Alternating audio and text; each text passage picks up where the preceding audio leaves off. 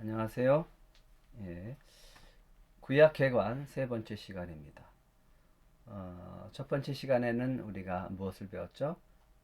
성경이 어떻게 예, 기록되어져 있고 또 성경의 구조는 어떻게 되어 있는가라고 하는 성경의 구조에 대해서 배웠습니다. 지난 시간에는 이 이스라엘 땅 주변에 있는 성경의 지리와 풍토에 대해서 우리가 한번 살펴보았습니다.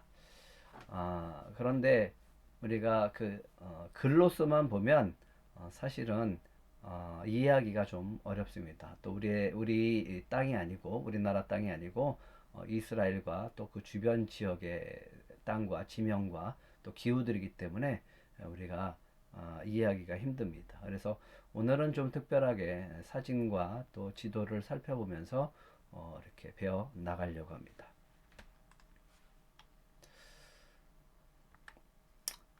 지난 시간에 비옥한 초생딸 지역이 있다라고 말씀을 드렸습니다. 비옥한 초생딸의 지역은 주로 강이 있습니다. 그래서 강 주변에 사람들이 살고 또 거기서 농사를 짓기 때문에 이렇게 초생딸 모양의 지형에 사람들이 모여서 살고 또 이동도 했던 것을 보게 되어집니다. 그래서 아브라함이 이동을 하는 것을 보면 저 갈대와 우르에서 또 하란에서 가나안 땅으로 이동을 하고 또 가나안 땅에서 잠시 기근이 들니까 애국으로 내려갔다가 하나님의 은혜로 다시 가나안 땅으로 와서 이렇게 정착해서 살아가는 것을 보게 되어집니다. 꼭 비옥한 초생딸 지역 이 지형들을 잘 살펴보시고요. 이 지형을 따라서 도로가 발달되어지고 또 이렇게 무역이 발달되어지고 또 제국들이 형성되어지는 것을 보게 되어집니다. 창세기 14장 13장에 보면요. 우리 한번 같이 읽어볼까요? 도망한 자가 와서 히브리 사람 아브람에게 알리니 그때 아브람이 아모리 족속 마므레의 상수리 숲을 근처에 거주하였더라. 마므레는 에스고엘 형제요 또 아넬의 형제라. 이들은 아브람과 동맹한 사람이더라. 여기서 보면 히브리 사람이라고 하는 말이 나옵니다. 그래서 이 히브리라고 하는 단어의 뜻은요, 건너오다라는 뜻입니다. 그래서 가나안 사람들이 봤을 때는 또 애굽 사람들이 봤을 때는 이 사람들이 강을 건너왔다라는 그런 의미이기 때문에 그래서 히브리 건너오다라는 그런 말을 사용합니다. 비옥한 초생딸 지역은요, 고대 근동 문명 발생지입니다. 이강 주변으로 해서 문명이 발달했다라고 말씀을 드렸고요. 농사를 지었습니다. 그리고 사람들이 이동하는 경로 지역이고요. 그래서 도로가 발달되어지고 그 도로를 따라서 사람들이 이동도 하고 또 무역도 하고 나중에는 전쟁을 치르는 그러는 통로가 되어집니다. 지금도 마찬가지고요. 예, 그러다 보니까 이 가나안 땅에 이스라엘 백성들이 살아가면서 많은 전쟁을 치르게 되어졌다라고 지난 시간 말씀을 드렸습니다. 아브라함의 경로를 다시 한번 살펴보면요, 이렇게 이그 비옥한 초생딸 지역을 따라서 이동한 것을 보게 되어집니다. 이스라엘의 길에 대해서 지난 시간에 네 가지의 길이 있다라고 말씀을 드렸습니다. 첫 번째는 해변길이죠. 해변을 따라서 이렇게 내려가는 길이라고 할 수 있죠. 두 번째는요, 산지길입니다. 산지길은 이 산을 따라서 이렇게 내려가는 길입니다. 또 뭐가 있다 그랬죠? 계곡길이 있습니다. 계곡을 따라 내려가는 길이죠. 계곡을 따라서 이렇게 내려갑니다. 조금 있다가 사진을 보여드리겠습니다. 왕의 대로는요, 이 요단 동편 쪽 요르단 길을 따라서 이렇게 내려가는 길을 왕의 대로라고 합니다. 이렇게 해서 길을 네 군데로 나누었고요. 이 길을 따라서 사람들이 이동을 하게 되어집니다. 해변길, 산지길, 계곡길, 왕의 대로 기억을 하시고요.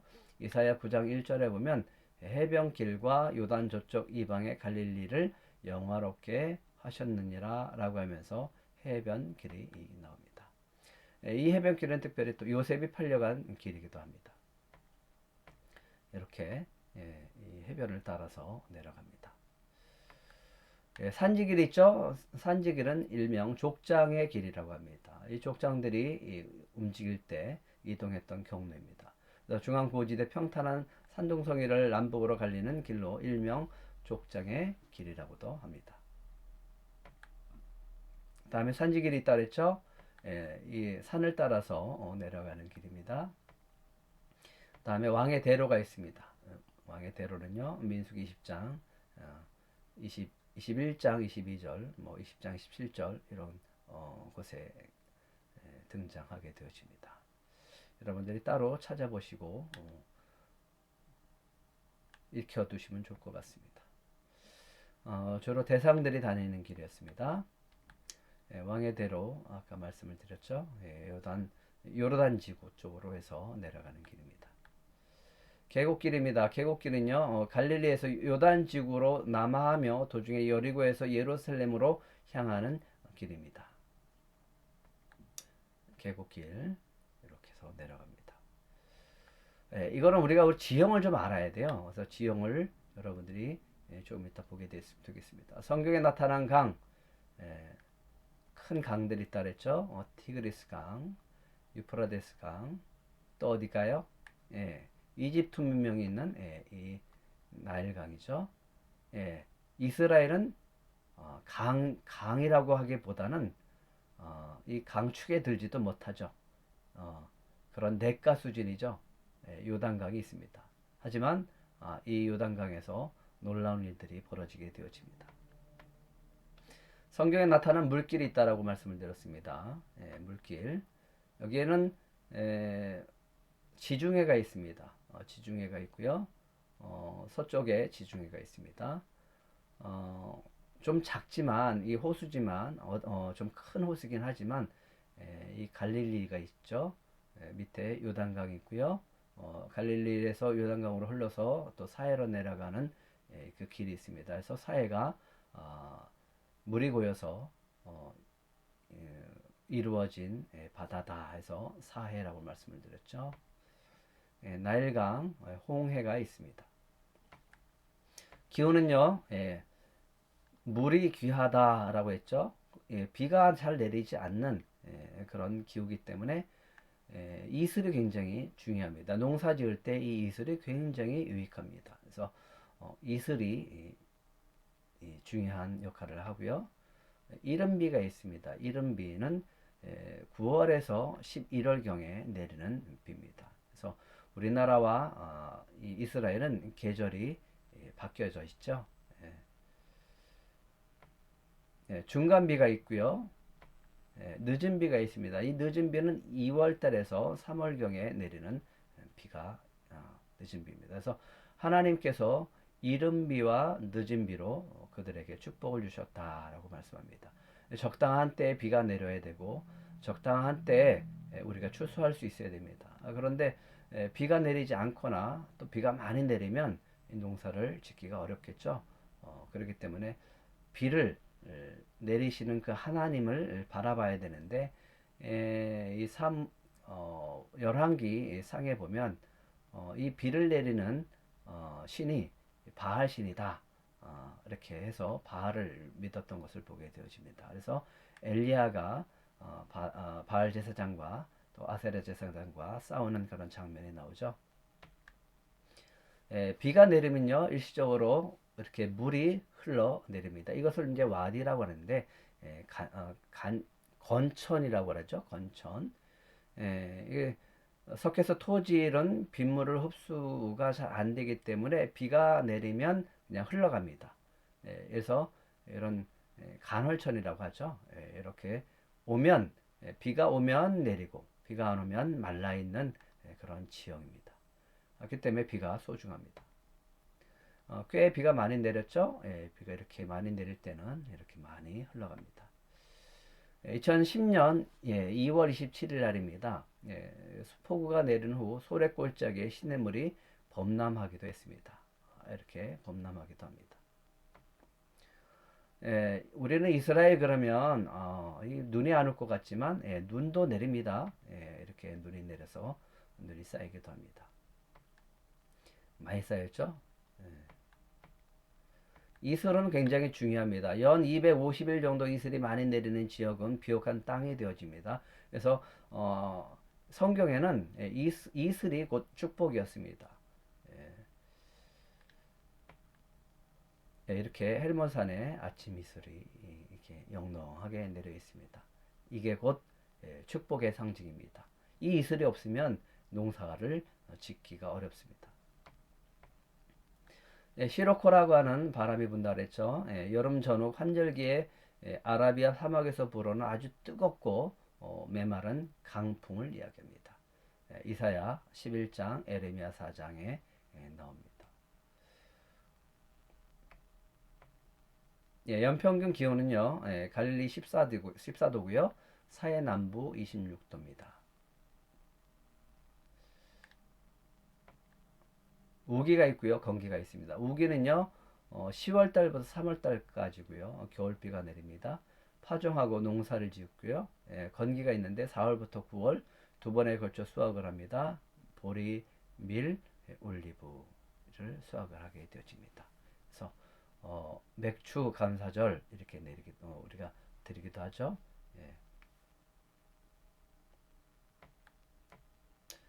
빈약한 수자원, 비가 적게 내리기 때문에 물이 귀하다라고 했습니다. 물은 곧 하나님이 주시는 축복입니다. 애국과 메소포타미아는 관계 농업을 합니다. 하지만 이스라엘 땅, 가나안 땅 그렇게 할 수가 없었죠. 하천과 수로가 없는 팔레스틴은 빗물에 의존하여 파종하고 수확합니다. 사실 이거는 옛말이 됐어요. 지금은 관계 시설이 잘 돼 있습니다. 수자원, 강수량이 적고 고루 내리지 않습니다. 지질은 다공질인 현무암과 틈새가 많은 석회암이 많아서 상시천이 되어집니다. 물은 곧 생명수로 되어 있고요. 우물은 너무너무 소중했고 대표적으로 이삭이 이 우물을 가지고 다투지 않기 위해서 빼앗기면 또 옮기고 빼앗기면 또 옮기는 그런 일들을 감당했고요. 이 우물은 정말 소중한 것이었습니다. 또 우물에서 많은 사건들이 벌어지기도 합니다. 성경 신명기 11장 9절부터 11절까지 정말 이 가나안 땅을, 이 팔레스틴 땅을 잘 말씀하고 있는 성경 구절이 있습니다. 한번 읽어볼까요? 또 여호와께서 너희의 조상들에게 맹세하여 그들과 그들의 후손에게 주리라고 하신 땅 곧 족각불이 흐르는 땅에서 너희의 날이 장구하리라. 내가 들어가 차지하려 하는 땅은 내가 나온 애굽 땅과 같이 아니하니 거기에서는 너희가 파종한 후에 발로 물대기를 채소밭에 댐과 같이 하였거니와. 너희가 건너가서 차지할 땅은 그렇지 않다라고 하는 거죠. 산과 골짜기가 있어서 하늘에서 내리는 비를 흡수하는 땅이요, 내 하나님 여호와께서 돌보아 주시는 땅이라. 연초부터 연말까지 내 하나님 여호와의 눈이 항상 그 위에 있느니라. 어떤 땅이 축복의 땅이냐? 곧 하나님이 돌봐 주시는 땅이라고 하는 거예요. 우리가 보기에는 비옥한 땅이 축복의 땅인지 알지만 하나님의 관점은 다릅니다. 하나님이 돌봐주는 땅이 곧 축복의 땅입니다. 하나님이 돌봐주는 백성이 곧 축복의 백성이다 라고 하는 거죠. 그래서 그들은 항상 하나님을 믿고 하나님만 바라보면서 살아야 됩니다. 그것이 축복의 비결입니다. 빗물을 저장하는 장소가 있습니다. 여기 한번 보시면요, 옛날에 그 빗물이 이렇게 흘러가서 저장되어졌던 이 수로가 보여집니다. 이렇게 이 안에 이제 물이 들어가죠. 옛날에 마사다라고 하는 곳에 이런 흔적이 남겨져 있습니다. 아합 시대 물 저장고입니다. 하솔에 있습니다. 대표적인 농산물들이 있다라고 말씀을 드렸습니다. 첫 번째는 포도나무입니다. 이 포도나무는요, 특별히 이스라엘을 상징합니다. 두 번째는요, 감람나무, 올리브나무죠. 번영과 평화를 상징합니다. 세 번째는 종려나무고요. 의인, 신부, 우리는 또 특별히 이 예수님의 순환을 기념하기 위해서 종려주일 이렇게 지키기도 합니다. 무화과나무는 너무나 유명하고 또 창세기에서 가장 또 먼저 등장하죠. 이스라엘의 평화 번영을 이야기합니다. 이스라엘에 네 가지 지형이 있습니다. 여기서부터는 좀 주의 깊게 보셔야 됩니다. 지형을 좀 알아야지 이스라엘 지형 속에서 어떤 일들이 벌어지는지를 우리가 이해할 수 있습니다. 해양 평야가 있고요. 중앙 고지대가 있습니다. 요르단 지구대가 있고요. 트란스 요르단이 있습니다. 그런데 마치 우리나라의 지형과 비슷해요. 서해가 낮고 바람이 서풍이 불면 그것이 그 태백산맥 쪽에 걸리죠. 넘어갈 때 회년산 같은 게 나타나고 그다음에 동해로 넘어가게 되어집니다. 이런 지형처럼 우리나라 지형처럼 이스라엘 지형도 비슷합니다.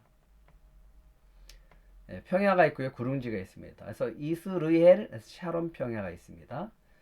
블레셋 밑으로 땅이 있고요. 그다음에 세펠라 구릉지가 기브온 쪽에 있고요. 고지대 헤브론 예루살렘이 있습니다. 이걸 우리가 좀 그림으로 본다고 하면 그 지중해에서 예루살렘, 베들레헴 이렇게 지형이 있죠. 이렇게 완만하게 올라갔다가 산들에 의해서 걸리게 되어지고 그 다음에 계곡이 쑥 내려가 있습니다. 그런 다음에 오른쪽 요단 동편에 요르단 지구가 있습니다. 그 중간에 갈릴리 호수가 있고요.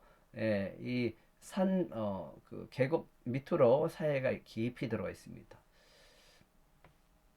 그래서 팔레스틴 지형이 셰펠라라고 하는 이 부분을 우리가 좀 봤으면 좋겠습니다. 그래서 저 지중해로부터 바람이 불어오고요. 비가 내리죠. 비가 내리고 산 쪽에 이 계곡 쪽으로 내리고 넘어와서 광야는 어쩔 수 없이 이제 비가 서쪽에 다 내렸으니까 광야는 메마른 지역일 수밖에 없고 척박한 땅이죠. 그리고 저 밑에 세계에서 가장 낮은 땅 사이가 있습니다. 이렇게 더운 바람이 불어오고 또 비가 내리고 또 광야 쪽에서는 건조한 땅이 있습니다. 지중해가 보이죠? 시원하게 보입니다. 여기 가이사랴이고요. 멀리 그 배가 보이고요. 이 서풍이 불어옵니다. 그래서 이제 풍랑이 많이 불어오고 있죠. 지중해 테라보입니다. 요빠 지난 시간에 요빠에 대해서 우리가 살펴봤죠. 여기가 요빠입니다. 해안이 아주 멋있습니다. 하지만 폭풍이 불면 이렇게 이제 좀 여기도 태풍이 부는 것처럼 이렇게 폭풍 속에서 어둠이 컴컴하게 보입니다. 갈릴리 바다입니다. 여기가 골란고원이고요. 골란고원에서 바라본 호수 북쪽 풍경입니다. 반대편 게네사렛 평야에서 아르벨산에서 바라본 호수 북쪽 풍경입니다.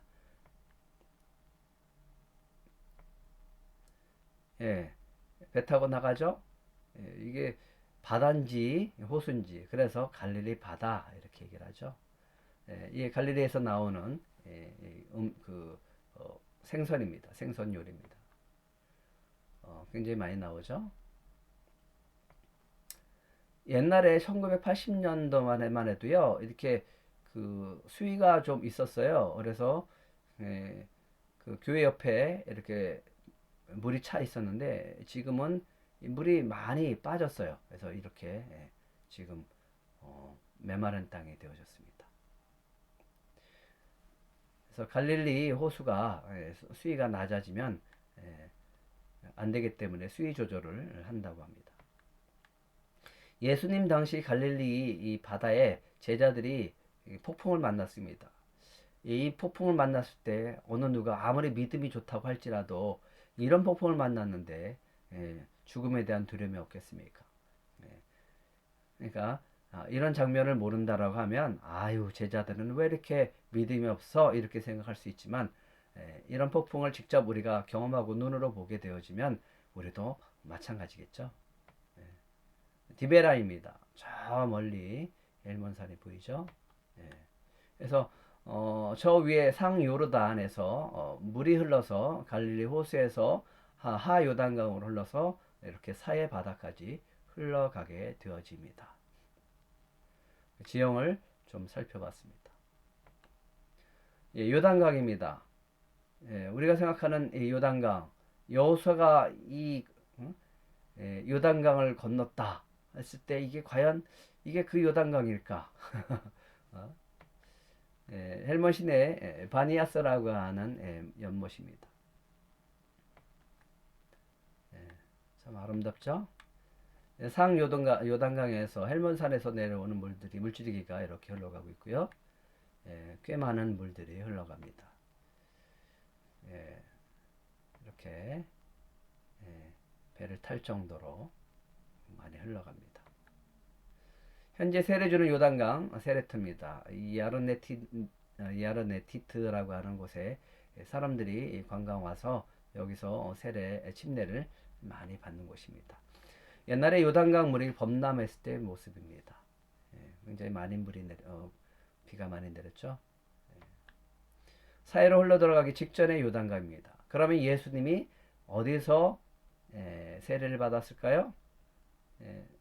상 요단강이 아니라 하 요단강. 그러니까 바로 사해로 들어가기 직전에 예수님이 세례를 받으십니다. 그것도 의미가 있습니다. 왜 그럴까요? 가장 낮은 곳에서 예수님이 침례를 받으십니다. 예수님은 세상에서 가장 낮은 사해로 흘러 들어가기 직전에 요단강에서 세례를 받으셨다. 겸손의 왕이시기 때문에 그렇겠죠. 사해입니다. 이렇게 수용하지 않아도 저절로 그 염분 때문에 이렇게 뜹니다. 머드팩이 유명하다 그러죠. 소금입니다. 저 멀리 유대 산지가 있고요. 소돔산이 있습니다. 소돔, 고모라 하면은 유명하죠. 롯이 있었던 곳, 멸망의 도시. 지금부터는 이제 아르논 골짜기 있습니다. 골짜기에 대한 부분이죠. 골짜기가 있다라고 말씀을 드렸습니다. 이렇게 골짜기가 있습니다. 예, 팔레스틴은 주요 자연 지형이 남북으로 이어지고 있다. 동서로 자른 수평 단면도를 통해 보면 팔레스틴의 뼈대 구실을 하는 5개의 지역을 찾아볼 수 있다. 해안 평야 그 오른편에 세펠라 평지죠. 중앙산지, 요단 지구대, 그리고 동쪽에 고원 지대 이렇게 되어 있습니다. 그래서 요단 지구대는 요단 강을 가운데로 가나안 땅인 요단 서편과 지역 동쪽에 있고요. 고원 지대가 있습니다. 그 사이에 거주하는 가능한 요단 동쪽 지역으로 구분할 수 있다. 그래서 요단 동쪽, 요단 서쪽 이렇게 해서 구분해서 우리가 나누고 있죠. 이렇게 왜 구분하냐 하면 옛날에 모세가 모압 평지에 있을 때 요단 동편의 땅을 두 지파 반에 주었기 때문에 그렇죠. 그러고 난 다음에 아홉 지파 반은 여호수아가 요단강을 건너서 가나안 땅을 차지하게 됩니다. 먼저 이 해안 평야 부분을 우리가 좀 살펴봤으면 좋겠습니다. 해안 평야의 지형들을 좀 살펴보겠습니다. 예, 샤론 평야하면 굉장히 유명하죠. 지역의 키부츠 농장입니다. 협동 농장이죠. 키부츠 농장. 굉장히 많은 비닐하우스가 있죠. 이렇게 목축을 하고 있습니다. 야르콘강입니다. 야르콘강이 흘러가고 있습니다. 강이 그렇게 크지는 않습니다. 텔아비브 북쪽에 위치한 야르콘 공원 사이로 야르콘 강이 흐르고 있다. 이렇게 흐르고 있습니다. 안식년이 되면 사람들은 지금도 이렇게 내버려둬요. 수확을 하지 않습니다. 예. 이건 누가 가져가요? 객과 나그네들. 나그네들이죠. 객들. 그대로 지금도 안식요법을 따르고 있습니다. 참 놀랍죠? 예, 비가 많이 오면 이렇게 진흙이 되어집니다. 예, 블레셋 평야는 블레셋 다섯 도시가 있었던 지역으로 산악 지역에서 흘러내려서 쌓인 퇴적토 평야다라고 합니다. 그래서 블레셋 평야는 샤론 평야보다는 넓고 비옥한 토질로 형성되어 있습니다. 예, 블레셋 평야, 예, 참 이스라엘과 많이 싸웠지만 한 번도 제대로 승리해 보지 못했고 또 점령해 보지 못했던 땅이기도 합니다. 예, 굉장히 싸움을 잘하고 블레셋 하면 대표적인 사람 예, 골리앗을 들 수 있겠죠. 하지만 골리앗도 다윗에 의해서 죽임을 당했습니다. 예, 이렇게 농사가 잘 되고 있습니다. 그 다음에 이제 구릉 지역입니다. 이 셰펠라라고 하는 구릉 지역인데요. 이 지역을 우리가 좀 살펴보면 우리 지형을 좀 이해하는데 성경 그 지명에 대해서 우리가 좀 이해할 수 있습니다. 우기가 되어지면 이게 많은 곳에서 이 셰펠라 구릉지에서 그 꽃들이 펴요. 올리브 농사와 각종 나무들이 잘 자랍니다. 그래서 여기에서 보면 뭐가 보입니까? 들꽃이 보이죠. 들꽃이 보입니다. 셰펠라 골짜기는 산악 지역으로 올라가는 중요한 길로서 이용되며 또한 농토의 역할도 한다. 이 나무가 뭐냐면 시카모로 나무라고 하는데 이거는 돌무화과 나무입니다. 셰펠레에 아주 많았던 나무이고요. 열매는 음식으로, 나무는 목재로 사용되어집니다. 무화과, 우리나라의 무화과와는 좀 이 돌무화과는 좀 다르죠. 그리고 무화과 맛이 우리나라에서의 맛보다는 여기는 좀 달다고 합니다. 이 성경 구절이 있습니다. 역대하 1장 15절에 보면요. 왕이 예루살렘에서 은금을 돌같이 흔하게 하고 백향목을 평지에 뽕나무같이 많게 하였더라 라고 우리는 번역을 하고 있지만 사실은 이 평지를 셰펠라라고 하고요. 뽕나무는 진짜 뽕나무가 아니라 돌무화과 나무를 그렇게 번역을 한 겁니다. 사람들이 올라가 있죠. 열매는 좀 탐스럽기는 한데 돌자가 붙어서 그렇게 맛은 어떨지 모르겠어요. 탐스럽죠? 이렇게 이거는 이제 주엽나무예요. 열매나무. 예수님이 탕자의 비유로 말씀하실 때 그 탕자가 먹을 수밖에 없었던 열매. 이거는 사람들은 안 먹는 그런 거죠. 우리나라의 그 콩처럼 이렇게 생겼습니다. 아얄론 골짜기입니다. 아얄론 골짜기. 다윗과 블레셋 참 많이 싸웠고요. 블레셋과 또 삼손이 많이 싸웠던 이런 블레셋 지형의 지형들을 볼 수 있습니다. 아얄론 골짜기가 있고요. 이거는 아몬드 꽃입니다. 아몬드. 텔 베스메스라고 해서 소렉 골짜기입니다. 소렉 골짜기. 삼손이 보이지 않을까요? 구릉 지역의 골짜기는 농사를 지을 수 있는 넓은 계곡이다. 이게 무슨 꽃일까요? 너무 이쁘죠? 여기저기 다 펴 있습니다. 뭘까요? 좀 이따 나옵니다. 아인케렘, 세례요한 탄생지로 근처 소렉 골짜기가 있습니다. 엘라 골짜기. 엘라 골짜기. 엘라 골짜기입니다. 이런 골짜기들이 많죠. 구릉지니까. 텔 아세가입니다. 엘라 골짜기. 손에 막대기를 가지고 시내에서 매끄러운 돌 5을 골라서 자기 목자 제구 곧 주머니에 넣어 손을 물매를 가지고 블레셋 사람에게로 나아가니라. 누구 얘기입니까? 다윗이죠.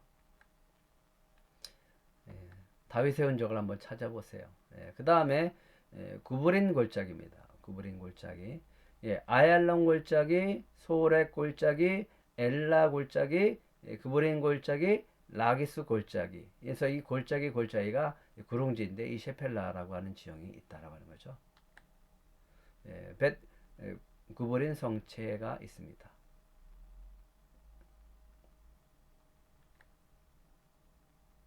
예, 라기스 골짜기.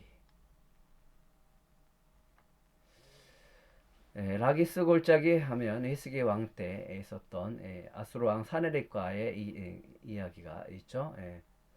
사네립이 올라와서 유다 모든 경관 성읍들을 쳐서 점령하며 유다의 왕 히스기야가 라기스로 사람을 보내서 아수르 왕에게 얘기합니다. 내가 범죄하였나이다. 나를 떠나 돌아가소서. 왕이 내게 지우시는 것을 내가 당하리다 하였더니 아수르 왕이 곧 은 300달란트와 금 30달란트를 정하여 유다 왕 히스기야에게 내게 한지라. 참 비참하죠. 나라가 힘이 없으니까 결국은 그 모든 것들을 내어줄 수밖에 없었던 그런 가슴 아픈 역사가 있습니다. 라기스 골짜기, 셰펠라라고 하는 거죠. 여러 골짜기 가운데 가장 남쪽에 위치해 있고요. 가장 작은 골짜기입니다. 그 가운데 보면 라기스 성이 있습니다. 라기스 골짜기에 위치한 텔 라기스가 그 주변의 모습이다. 이제는 갈멜산입니다. 저 위쪽으로 다시 올라갔어요. 갈멜산. 갈멜산 하면 유명한 사람, 그 엘리야가를 꼽을 수 있죠. 예, 무라카, 불이 내린 곳으로 불리는 산봉우리입니다. 이 봉우리가 엘리야가 단신으로 바알 선지자들과 대결해서 승리한 곳이라고 합니다. 산꼭대기에 갈멜 수도원이 있습니다. 원래 십자군 성체가 있었던 곳인데 수도원 옥상에 서면 지중해 저 이스라엘 평야 또 사마리아 산지까지 다 보일 수 있는 굉장히 그 전망이 좋은 곳이죠. 그래서 여기에서 엘리야가 사환한테 얘기하죠. 꼭대기 올라가서 봐라. 저 지중해 구름이 떠오르는가. 그래서 손바닥만한 구름이 떠오르자 엘리야가 얘기하죠. 이제 큰 비가 내린다고 아방한테 가서 준비하라고 얘기합니다. 갈멜산 아래에는 기송강이 있습니다. 기송강이 흐릅니다. 그러니까 우리가 엘리야가 있었던 갈멜산과 기손강 이런 것들을 우리가 성경 속에서 이렇게 보면서 얼마나 올라가고 또 어떻게 내려갔는지 이런 것을 짐작해 볼 수가 있죠. 여호와의 불이 내려서 번제물과 나무와 돌과 흙을 태우고 또 도랑에 물을 핥은지라. 하나님 그 엘리야가 기도했을 때 하늘에서 불이 내렸었죠. 모든 백성이 보고 엎드려 말하되 여호와 그는 하나님이시로다. 여호와 그는 하나님이시로다 하니 엘리야가 그들에게 이르되 바알의 선지자를 잡되 그들 중 하나도 도망하지 못하게 하라 하매 곧 잡은지라. 엘리야가 그들을 기손 시내로 내려다가 거기서 죽이니라. 아까 거기 위에서 산에서 그들을 붙잡아다가 여기 이 강에서 죽였다라고 하는 거죠. 아까 보였던 이 아름다운 이 꽃들이 너무 지천에 깔려 있는데 피어 있는데 이게 뭐냐면 들양귀비입니다. 파파벨이라고 합니다. 우리 교회의 이름 들꽃이죠. 이 들꽃은 참 아름답게 여러 군데 많이 피어 있습니다.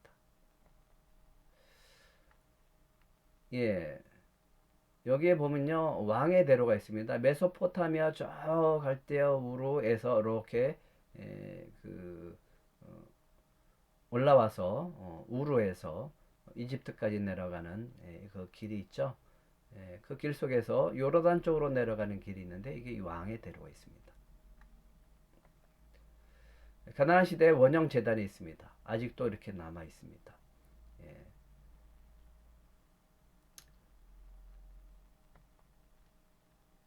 이렇게 고대 제사를 드렸던 제단이 아직도 남아 있습니다. 지난 시간에 제가 말씀을 드렸죠. 무깃도 우리가 기억해야 된다라고 말씀을 드렸습니다. 무깃도 언덕에서 바라본 이스라엘 평야입니다. 그래서 이 산들을 이렇게 보면요, 저 왼쪽에 나사렛, 다음에 다볼산 건너편에 모래산이 있습니다. 그리고 다볼산 옆에 모래산이 있고 바로 옆에는 길보아 산이 있습니다. 그래서 이렇게 산들이 연결되어 있는 것을 우리가 볼 수가 있습니다. 나사렛, 예수님의 고향이죠. 길보아 산에서 바라보면 이스라엘 평야입니다. 이스라엘 평야는 굉장히 비옥한 땅이라고 그랬죠. 이렇게 농사를 잘 짓고 있습니다. 나인성에서 바라본 나사렛입니다. 나인성, 나인성의 과부, 우리가 성경에 나오죠. 나사렛. 요단 계곡 지대가 있고요. 골란고온 바산입니다. 바산, 바산, 바니아스, 가이사랴 빌립보가 있고요. 이 시편의 22편 12절에 보면 많은 황소가 나를 애웠으며 바산의 힘센 소들이 나를 둘렀었다라는 그런 시가 있는데요. 여기 보세요. 황소가 있죠? 네, 황소가 정말 힘이 세 보입니다. 이렇게 힘이 센 황소들이 있습니다. 저 위에 흰색 흰눈이 덮여 있는 헬몰산입니다. 가나안 땅 그 위쪽에 차지하고 있고요. 헬몬산 기슭에서 드루즈인들이 많이 살고 있다라고 합니다. 헬몬산 스키장이 있고요. 저 헬몬산에서 바산에서 흘러서 갈릴리에서 야르묵강, 야복강, 그다음에 아르논강, 세렛강에서 이렇게 중간중간에 흘러들어가는 강들이 있습니다. 야르묵강, 야복강, 아르논강, 세렛강.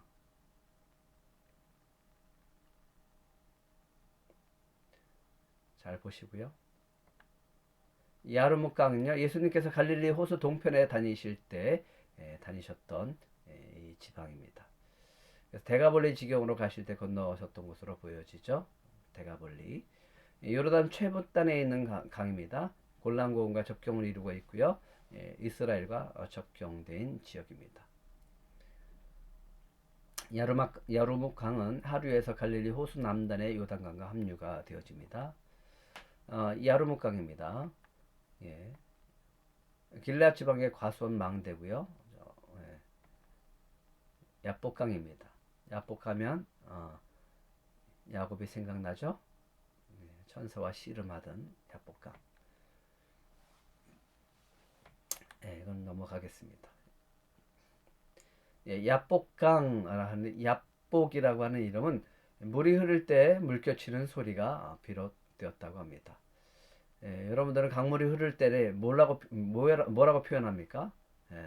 여기는 물이 흐를 때 물결치는 소리가 야복이라고 합니다. 야복. 그래서 천년의 가파른 뚝이 아모리의 두 왕, 시온 왕의 헤스본 왕과 옥 왕의 바산 사이의 경계가 되었고요. 위 갈릴리와 아래 길랏의 경계가 되었습니다. 야복강 주에는 거라사, 마하나임, 분니엘, 숫꽃, 요단강 물이 멈췄던 아다묵, 여호수아 때 요단강을 건넜을 때 역사해 주셨던 그 은혜의 성읍이었죠. 아담읍. 느보산과 모압산지입니다. 느보산, 모압산지 하면은 모세가 생각나죠. 모압산지입니다.